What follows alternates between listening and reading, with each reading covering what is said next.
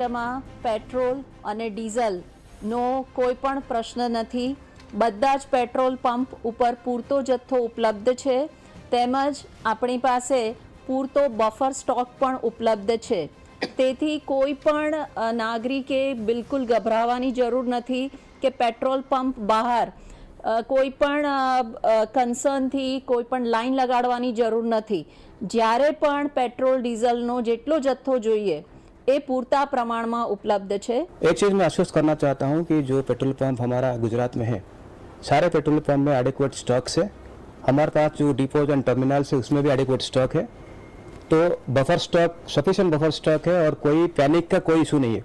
मैं आप लोगों को रिक्वेस्ट करना चाहता हूँ जो पेट्रोल पंप है वहाँ पे आइए, लेकिन कोई क्यू लगाने का ज़रूरत नहीं है। एडिक्वेट इन्वेंट्री है, जब चाहे any point of time you can come to our outlets and you can take fuel. Nothing to panic. That much assurance I can give on behalf of all companies.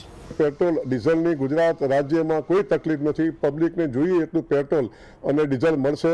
જેમ આપણા ગુજરાત રાજ્યના additional chief secretary માનનીય શ્રી મોના કંદાર મેડમે પણ ખાસ આપણને આ બાબતે assurance આપ્યું છે।